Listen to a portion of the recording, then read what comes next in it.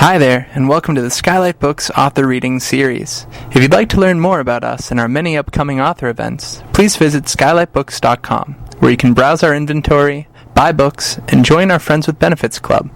You can also follow us on Twitter, Tumblr, and Facebook. To speak to a real-live bookseller, please call 323-660-1175. Thanks for your support, and enjoy.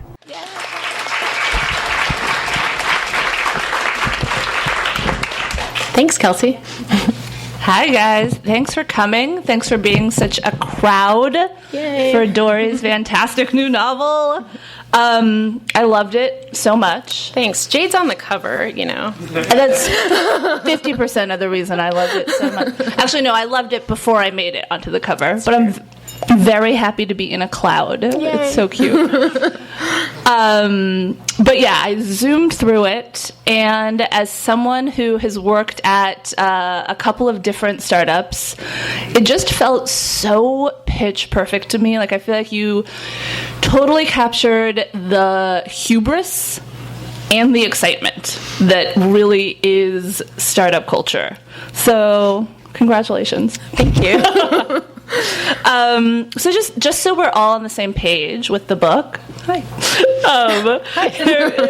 There are a few different characters that their lives intersect in really significant ways. Do you want to just give us a little bit of an idea of what happens? Sure. So one of the characters is named Mac McAllister. He's 28 years old. He's the founder of a mindfulness app called Takeoff. And as our story begins, he is a little stressed out because if he doesn't raise another round of funding, his company is going to go under.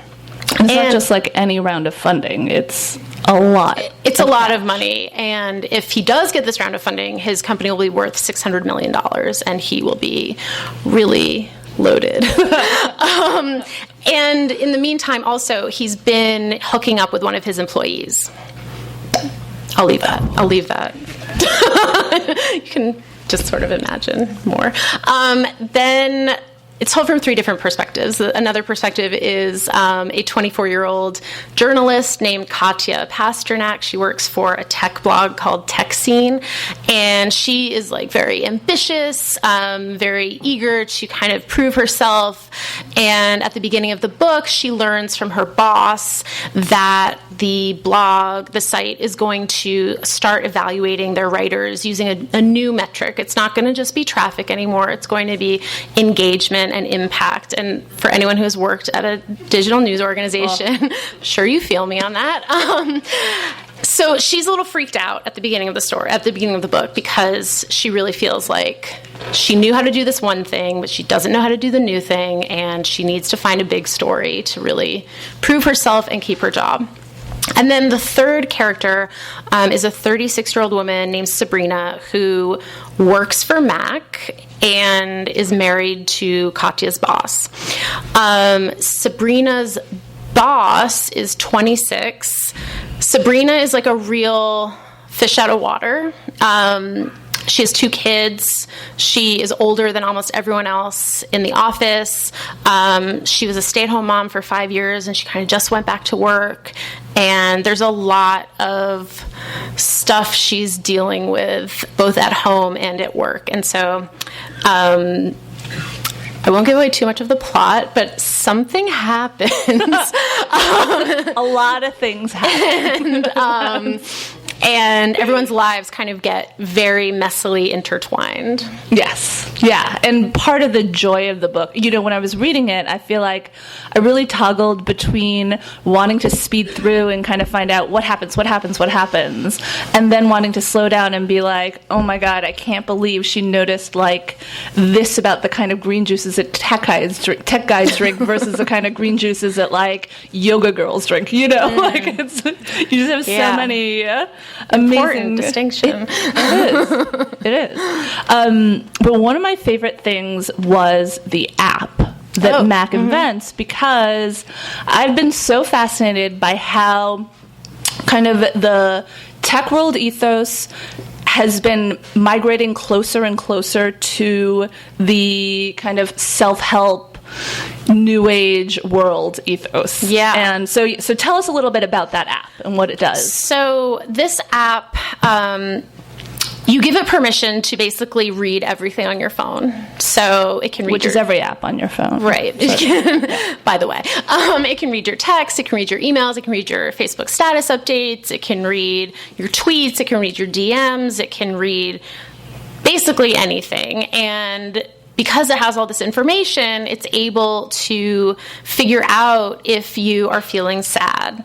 And then it sends you a little thing to cheer you up, like maybe an animated GIF or a joke or a suggestion to like take a walk to clear your head. And so Mac had launched this, and initially that's what the app did, but now he wants to make it so that the app can anticipate how you're going to feel before you even know that you're going to be feeling it.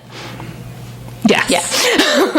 It probably also like exists or is currently being developed. Well, that kind of kept happening. Really? Yeah, like as I was working on the book, I would make up these apps and then...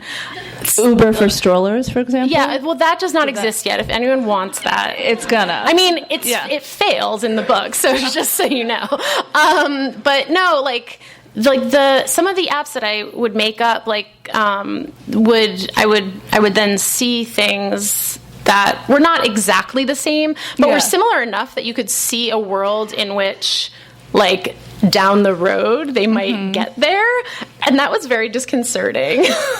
Okay, which very neatly leads me to my next question, which is so I couldn't find this tweet again when I went back to look for it, but on Twitter today, someone said that, and maybe they were just quoting some well-known quote that I didn't know about, but that the end of civilization is when culture essentially just satirizes itself. And, for example... sexual assault and domestic violence as pre-existing conditions, very much culture satirizing itself in a horrible way. But, in the tech world, I feel like that has been happening for so long already, right? Like there are all these phrases that the people that, VCs and entrepreneurs kind of simultaneously make fun of and then use in a pitch, like in the next second, like... Right. Move fast and break things. I'm sure you guys all have heard people say this is going to change the world. Everything has to change the world. Yeah. Everything's a disruptor. Don't be evil. Like all of that stuff, right? Right. I mean, we kind of saw that on Silicon Valley when it was supposed to be, when it started, it seemed to be mocking Silicon Valley, and I think still is, but now it's considered like a badge of honor to have a cameo on Silicon Valley if you work in Silicon Valley. Yes. Yeah. So it's like, I don't know. It's very confusing. Yeah. Well, so what do you think is behind that? Like, do you think it's about bad guys who want to convince themselves that they're the good guys, or is it just so muddled? I think unless you're like a true psychopath, like you don't really ever you don't want to be a bad guy. Like I think most bad guys genuinely think that they are good guys or girls, women. I think a lot of bad people are not self-aware enough to know that that they're really shitty people. Well, do you think that, that kind of app that essentially tries to change and affect your mood, is that, in a way that's a dictatorship? It's certainly it's kind of a psychological dictatorship. Yeah. But that was kind of what I wanted to explore with Mac. It's not, his intentions are pretty good. Okay.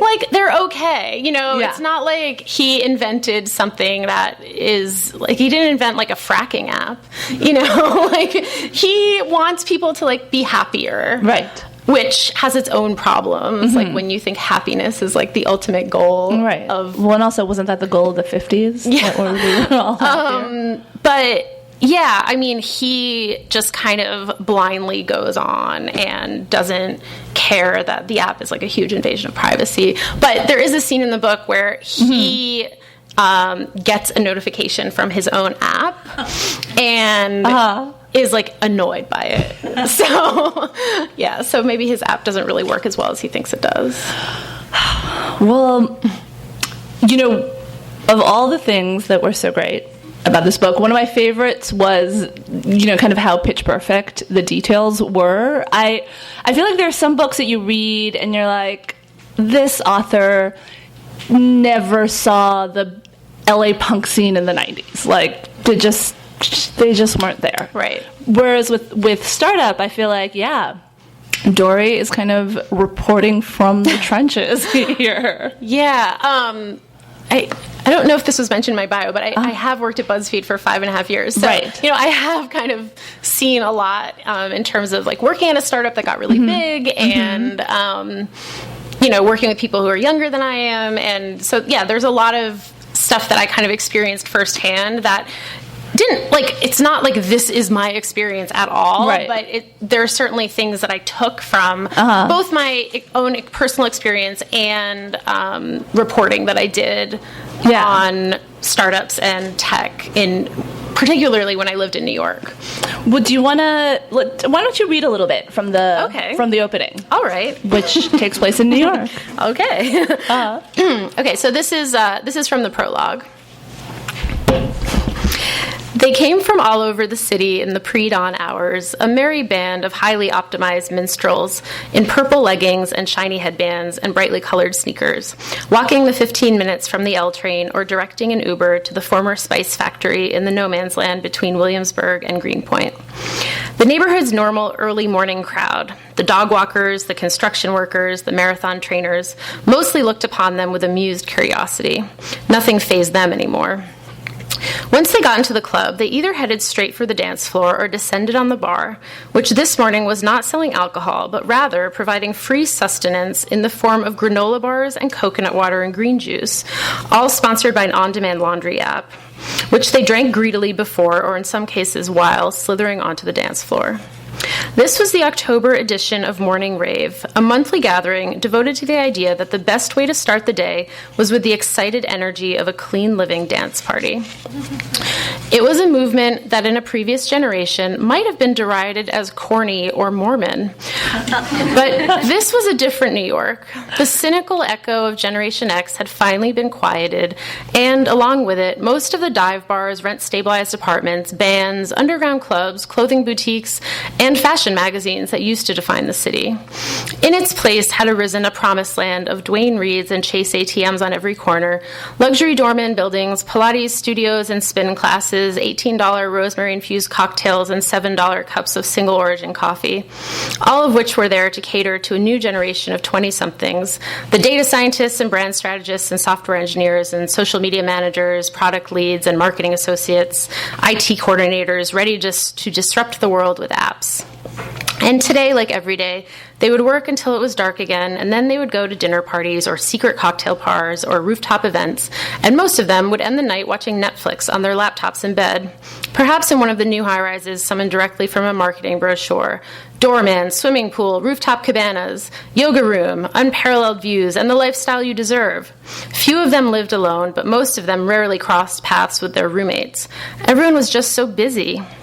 Wherever they resided, Williamsburg or Bushwick or the Lower East Side or Bed-Stuy or Crown Heights, they embraced their neighborhood's ready availability of acai bowls and yoga studios. They were all in agreement that adulthood could and should be fun. It was truly a new Gilded Age. Truly a new Gilded Age. So which version of New York do you identify with more? I mean, I think the older one. I mean, it's weird, right? Like, New York is always changing. Like, yes. There has never been a time where New York has not been changing. So this idea that there is some, like, romantic New York that exists is kind of a false one. Right. But I think people my age and older, people around my age and older, kind of like to think that there was. And I'm certainly guilty of that. Yeah. But, it is weird. Like, so I moved to LA almost 4.5 years ago, and especially the first couple years I was here, I was going back to New York a lot for work. Like, probably every 6 weeks I would go back. And even 6 weeks at a time, like, I was noticing things changing. Like, that is very fast. Yeah, it was, stores closing, restaurants closing, buildings being knocked down, new buildings being put up. And then when I was there last week for book stuff, and, like, there's a lot of empty retail now. It's really weird and kind of creepy. And yeah, I don't know. Do you think it's making way for a new New York? Maybe. I mean, it seems like no one can afford to like have a store there anymore or a restaurant. But no, I stayed in Williamsburg once, one time I went back, and that was very strange because I lived in Williamsburg in 2005, 2006, and even then people were like, Williamsburg has changed. Right. But now it's like really changed. Like, I stayed in like a kind of nice, like a fancy-ish hotel in Williamsburg, and there's so many fancy buildings, and it was just really weird. Well, okay, so when you're writing something like that, like, how do you balance the reportage with making it about something larger, Yeah. So, I mean, I think that is one of the things that I struggled with in writing the book as someone who's been a journalist for a long time. Like, it's not just reportage. It's not just color, as we say. Yeah. And there were times when I sort of had to catch myself, like, overly describing things. Like, I'm glad that you liked a lot of the details, but I think I had to kind of like rein it in a little bit and be like, okay, I'm actually telling a story. I'm not just like describing a scene. So that was a tough balance for me. Yeah. But there was someone very wise, I don't remember who it was, but who, that writing truism that all description is character. Oh, I like that. I'll use that. But I think you achieve that in a lot of ways. The things that you choose to describe, the kind of the way that you unfold them to us is definitely, the narrator's eye is a character in a way. Did you have kind of a big question that you went into the book with? So, I mean, one thing that I was very interested in exploring was this question of gender dynamics, both in tech and startups and just sort of like the way we live now. Trying to explore those questions both in the domestic and professional spheres. So when I was writing the book, I started writing the book in January of 2015, so about 2.5 years ago. And there were 2 very high-profile sexual harassment cases in tech that happened around that time. One was Whitney Wolf, who was one of the co-founders of Tinder, sued for sexual harassment because she had been dating another co-founder, and it went very badly, and like their texts were published on Jezebel, and it was just like a whole big mess. But she had settled the lawsuit a couple months before I started the book, and then she went off and founded Bumble, a Tinder competitor. And then the second one was the Ellen Pao Kleiner Perkins trial, which started in February of 2015, but there was like a lot of buildup to it. And, she had an affair with a coworker. It went badly. Surprise. She was basically pushed out. And there was a lot of other, like, she had a lot of other examples of basically like a hostile work environment. And to me, that seemed like an open and shut case to me. Like, I was the Kleiner Perkins case. Yes, this is clearly sexual harassment. She was clearly pushed out of this company because she had this affair, and they sided with the guy she had the affair with, and et cetera, et cetera. And then she lost, and I was like, I could not believe it. I was totally thrown by this. And it really made me start thinking about kind of the ways in which our society has changed and has not changed, especially when it comes to gender dynamics in the workplace. So that was a big theme and question that I was thinking about going into the book.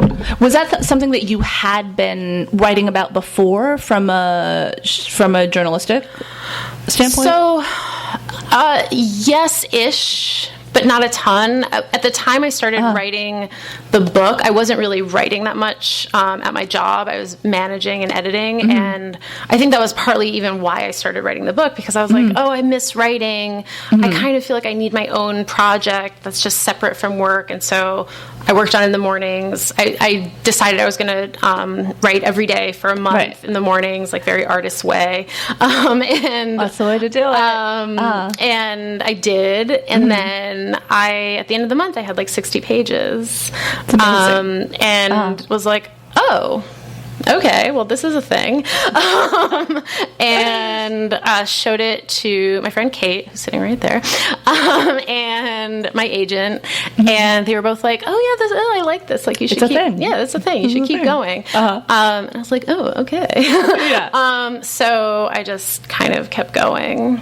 But yeah, those were kind of the animating questions, I would say, that were pushing me to write it. I'm just going to read Camille Perri's her blurb here. She's the author of The Assistants, which is so good. You should all read it. She says, this funny, empowering debut is chock full of strong women transcending the workplace drama, sexual politics, and all-around dumb stuff the men in their life are doing. It's a novel that just might spark the official feministing of startup culture. If I were a tech bro, I'd be shaking in my hoodie. Yeah, it's a good blurb. Yeah, I thought that was so good. And was there any sense, like, when you were writing it, was there any desire to right wrongs? As in correct wrongs, not... Right. Yeah. I mean, no. It's okay. I don't think. I mean... I feel like that's kind of asking a lot of a novel, to right wrongs. But I guess emotionally, I think I wanted to shed light on some things that I see as perhaps wrong. So, do you think there is something about tech that it attracts the kind of person who? We've seen it happen at Uber recently. We've seen, other reports especially from women who are working as engineers, particularly. Do you think there is something about these cultures that... the short answer is yes. And so what is it? Well... Is it that... I think part of it is that there is this attitude of like, we are out here changing the world and we know best. Yeah. And we don't need to obey the rules of like the old ways because we are breaking shit. And when you have that attitude, like a lot of other things kind of fall by the wayside, and you sort of I think you kind of see everything as being in the service of breaking shit and changing the world. And I think anyone who starts a company, whether it's a tech company or another kind of company, like, in order to succeed, you have to have some degree of narcissism, right? Because you have to like believe in your idea or your project so much that you will kind of do anything for it. But I think that tech culture often exacerbates people's narcissistic tendencies and rewards it. Yeah. So, you see this behavior that perhaps in another industry, this person would be blacklisted, and in tech, they're like, here is $100 million. Right. So when that's the message, it's kind of like, oh, okay, well, I guess this is how I'm supposed to behave. Yeah. And then another thing is, and this comes up in my book, but a lot of startups, HR is like this afterthought. Right. And they just don't hire the HR person. They don't hire the HR person. They're growing really fast and it's just not a priority. And, like, I get that, but, like, there comes a point, like, yes, you don't need an HR person when you're 10 people. It just doesn't make sense. But there comes a point when you need that person. And I think a lot of startups hire that person or people too late. Now, that being said, it's not like HR is this like sudden cure-all. Like you get HR and it's like, okay, everything's great. Right. Because equality for all. Right. Like as we saw with Uber, I mean, that Susan Fowler, the engineer who wrote that blog post, like she talked very extensively about how she had brought these issues to HR, and they were like, well, your manager's a high performer, so... I know that. Sorry. Reading that was so heartbreaking. Yeah. So, you know, I think HR in and of itself is not like a solution, but good HR is. If you have one takeaway from this evening, guys, good HR. So people always want fiction to be real. And I feel like, you know, that's the question that I've gotten the most at events and things. I'm sure you've heard it several times already. When I used to work at Goodreads, and I used to do this thing where I ran like author questions. I would read through literally hundreds and hundreds of questions. Honestly, 80% of the questions were, is this book real? Is this based on anyone real? Like, what's real? And I have to admit, I feel that way. Like, as much as I kind of want to, like, roll my eyes at that or laugh at it or whatever, when I read when I hear that a book is based on a real event, I also feel like, oh, or that it's based on a real person. Right. Or even if it's not. Like, I know, like, when I read your book, I was like, well, you know, Jade grew up in LA, and she, you know, like, I was, like, trying to find the, the commonalities, when, in fact, like, your book is a novel. Not real. Fiction. But no, I mean, I think I get that a lot. Like, I have gotten that a lot. I got it from when I told my boss I was writing a novel. Yeah. He was like, oh, like, is it a Romana clip?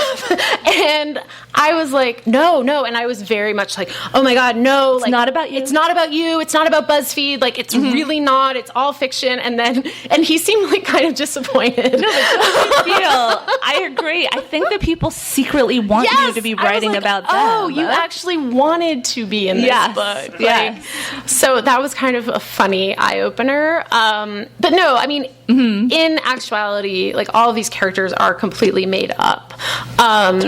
Which, which is not to say that, like I said, like, that there aren't aspects of my own life and things that I've reported on that didn't, like, make their way into the book in some way. Right. But there's no, like, one-to-one, this is this person. This is this actual person. Yeah. Well, okay, so let's talk a little bit about character creation. Okay. Especially the three women who are kind of at the center of the book, Sabrina, Isabel, and Katya. Yeah. There's a really interesting kind of, like, class and envy thing that you get into. Do you want to just talk a little bit about that and what led you to really want that to be part of the story? Yeah, so Katya, she's the daughter of Russian immigrants. Oh, there's a really cute dog here. There's a cute dog. A little sheep. Yeah. So Katya's the daughter of Russian immigrants. She grew up, like, very working class in Brooklyn and went to NYU on scholarship, lived at home, like, kind of has a chip on her shoulder about this. Isabel is very privileged, like, comes from Connecticut, went to, liberal arts college. Like, she's kind of a quintessential, like very, very beautiful, rich girl who, like, how does she live in that doorman building? How does she live in that doorman building? Yeah. Like, how does she have such nice clothes? How, like, has she ever had to struggle for anything? No. Sabrina, who's married to Dan, she is, like, for New York, she's middle class. Like, they own their apartment, but it's a really small apartment in Park Slope, and her kids, she sends her kids to public school, but it's not, like, the good public school, and that really stresses her out.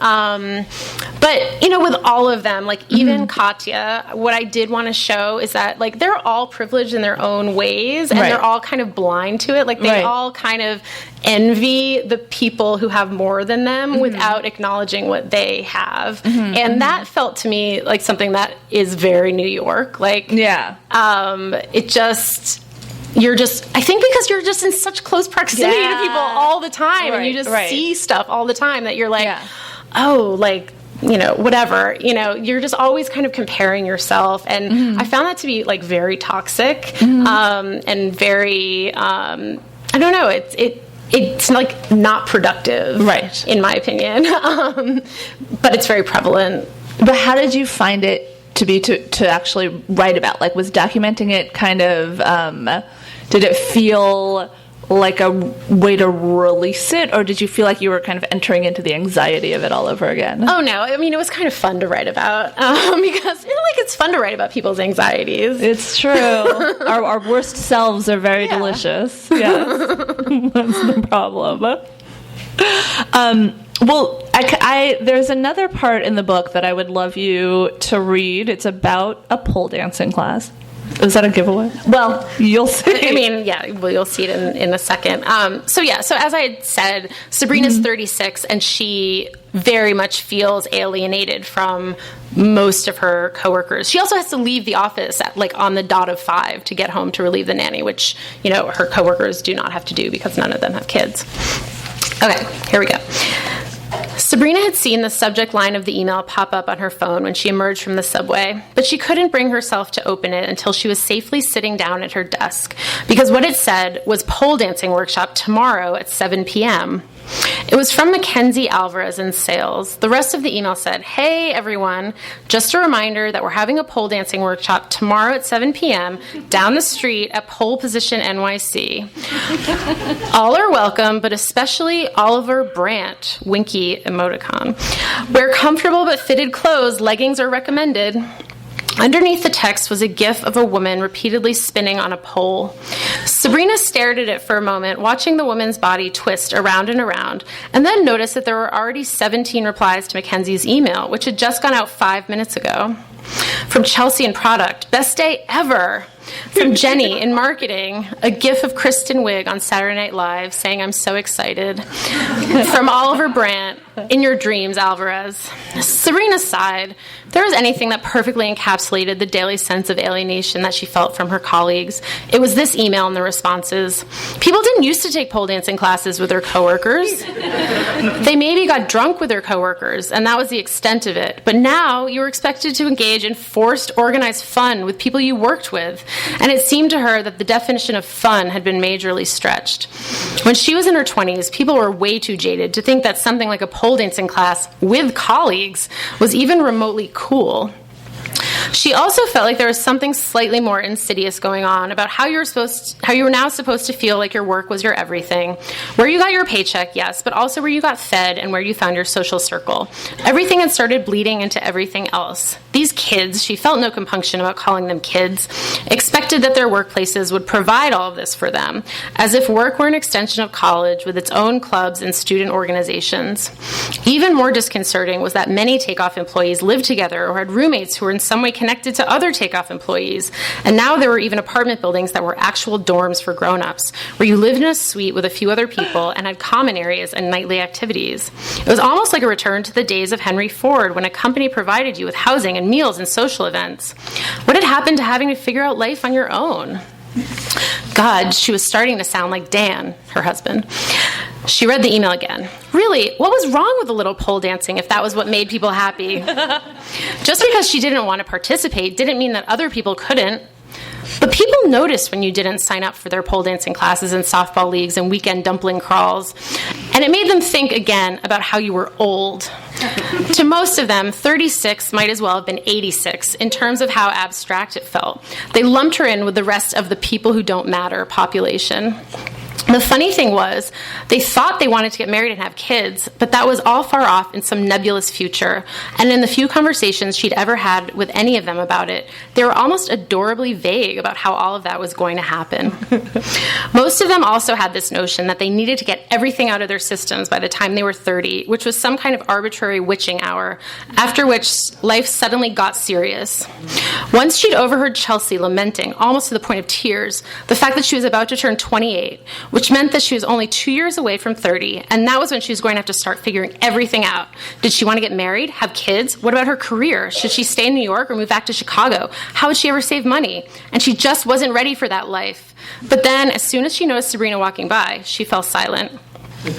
Maybe there was a part of Sabrina that was jealous of this version of their 20s that they were all getting to experience. Her 20s had been filled with such pathos. New York was different then, too. She didn't want to say grittier exactly. Maybe less sanitized was a better way to put it. And it felt more mysterious. Your life wasn't documented on Instagram for the world to see.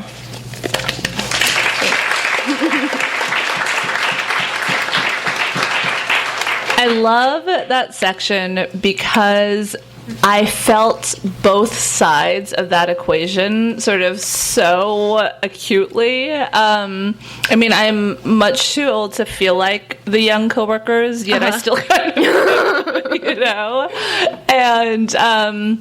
and then also just the fact that she's this old 36-year-old man, just creaking along there. But it's also, that whole kind of work will provide everything, like work will be your everything. Is that, I feel like that is, you write about that so gleefully.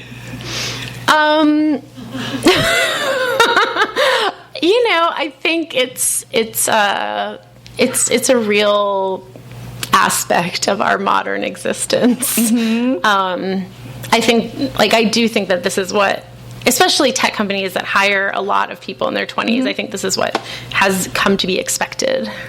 Yeah, I about 10 years ago, I think I wrote an article about Google when Google built their Mountain View complex, and I just remember sort of walking around the complex and being like, you have laundry and a wave pool and masseuses and endless coconuts to drink from. It was literally why did you leave? I mean, maybe I'll go move back in.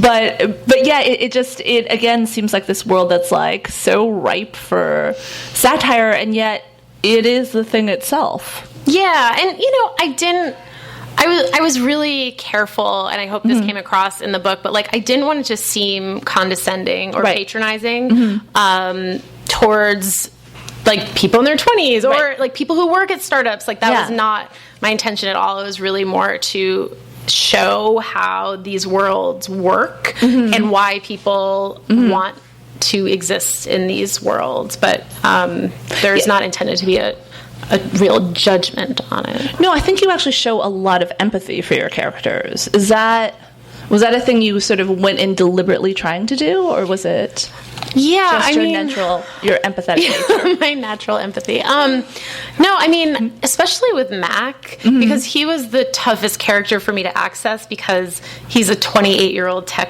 bro, essentially. Right. And, it would have been really easy, I think, to just turn him into this kind of ridiculous caricature. And I think there were certainly drafts of the book where he was a little bit more cliche and stereotypical, but I really wanted him to feel like I wanted you to kind of root for him against your will a little bit. And so I talked to a bunch of company founders. I did some reporting and talked to a bunch of company founders off the record and just tried to get inside their heads and understand what their worldview was and figure out what made Mac tick, really. Did those interviews change your opinion of them, or make you see them in a whole different light?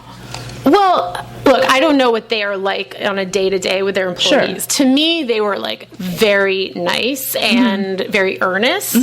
And in fact, all the reporting, all the reporting I've done on tech, the founders are always very earnest. And Mac is earnest. It's very, but no, they just provided insight that I wouldn't have necessarily been able to get. Just there's a scene where one of Mac's kind of prized employees quits. This is one of my favorite scenes. Oh, thank you. Tell everyone what happens while he's quitting. Yeah, so he's wearing a unicorn onesie while he's quitting, and Mac is like, wait, why are you wearing a onesie? And he's like, oh, it's onesie day. Yeah. And Mac's like, oh, God. Then Mac feels old. Right. And he's, 28. Anyway, yes, but that scene, a lot of the dialogue changed after I had these conversations, because they were really able to show me, like, why do people quit? How do you react when people quit? And one of the things that someone said to me that I never would have, like, figured out on my own was that a lot of times people, especially like engineers and product people, quit because they think like the problems aren't challenging enough. Yeah.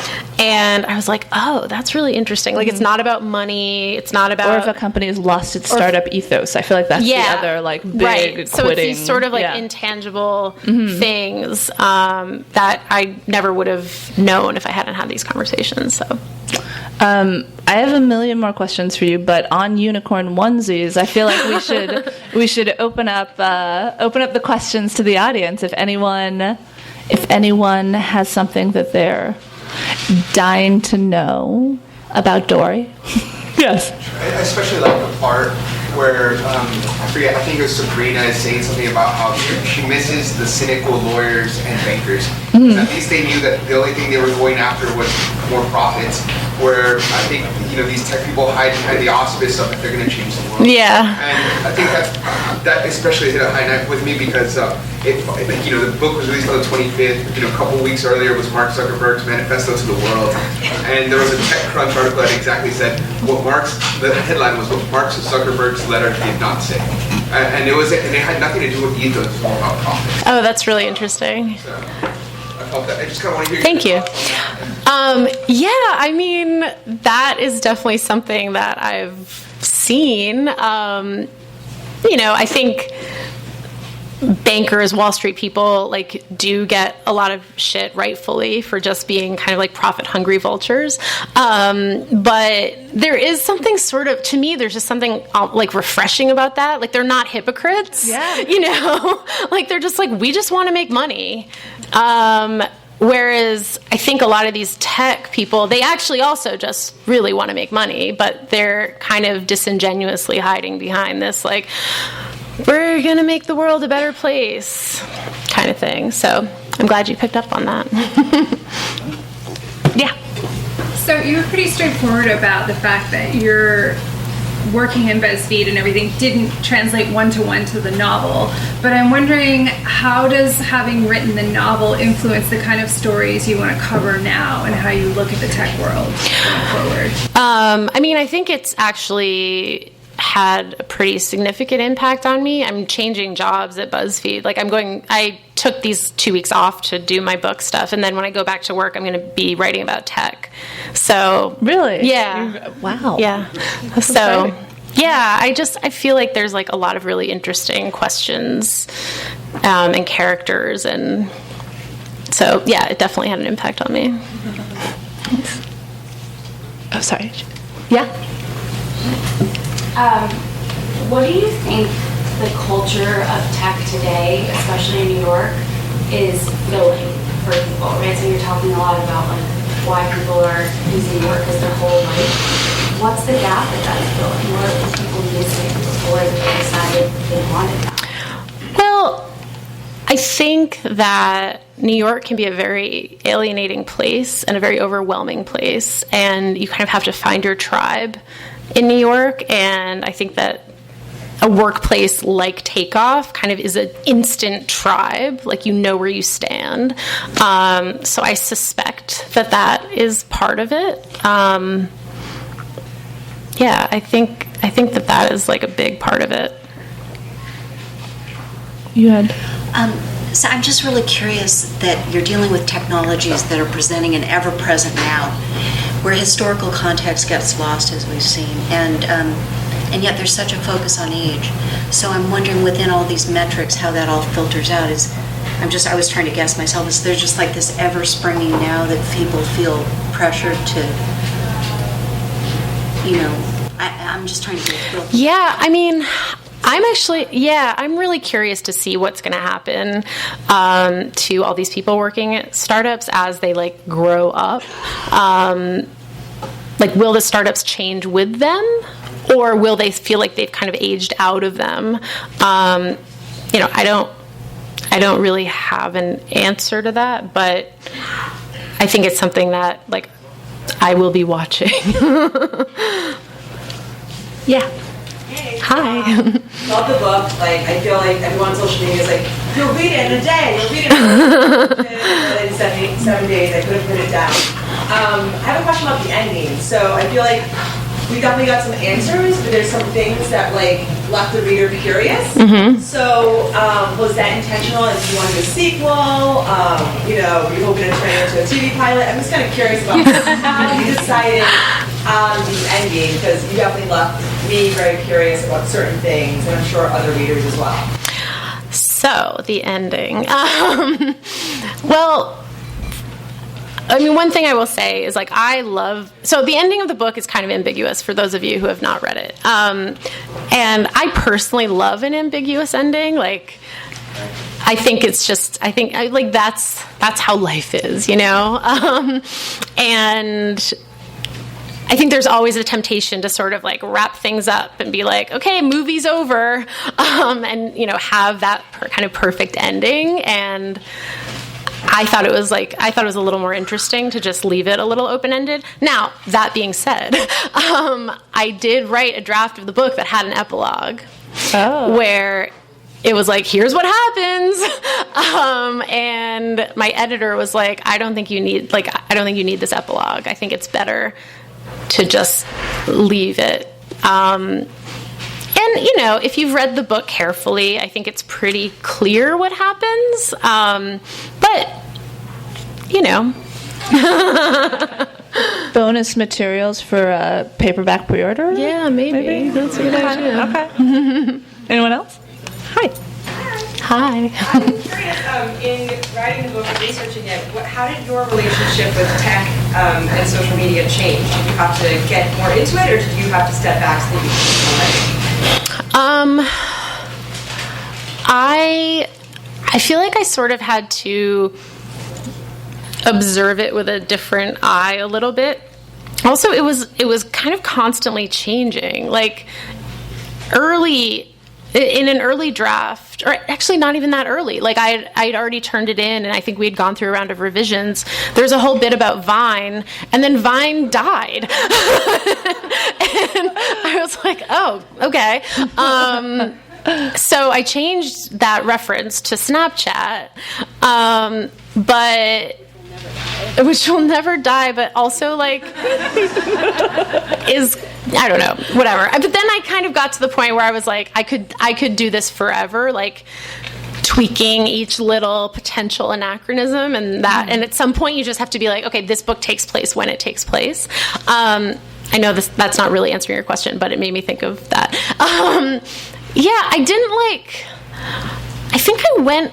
I took 2 months off work. I went on book leave, and I think I went off Twitter for those 2 months. Like, I stayed on Instagram. I felt like Instagram was a safe space. But I went off Twitter, and I might have gone off Facebook. I can't remember. But Twitter really I was just like, I can't deal. So, yeah. One more question. Who is the most interesting question? Has a question. I was wondering if you could speak a little bit about your feelings on the connection between the tech world and spirituality. Just kind of, you know, just you guys were talking about it a little bit earlier, and obviously it's a big part of your book with Mac having, you know, this type of an app. Mm-hmm. Did everyone hear that? Do you want to repeat it? She was asking about the relationship between tech and spirituality. I think of it less I think of it less in terms of spirituality and more in terms of wellness. Like, that feels very techy to me.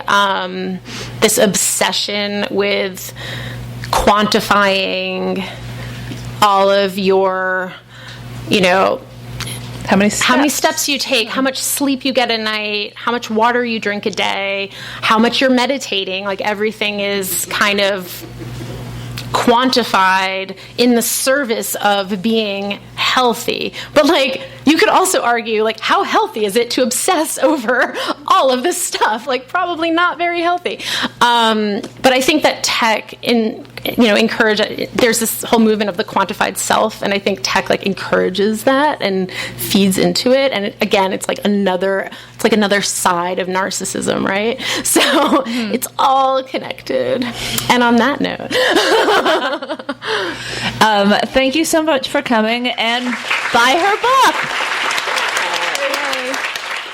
You've been listening to the Skylight Books Author Reading Series. Don't forget that you can listen to this and all of our other great podcasts at skylightbooks.com. Thanks again for stopping by, and we hope to see you soon.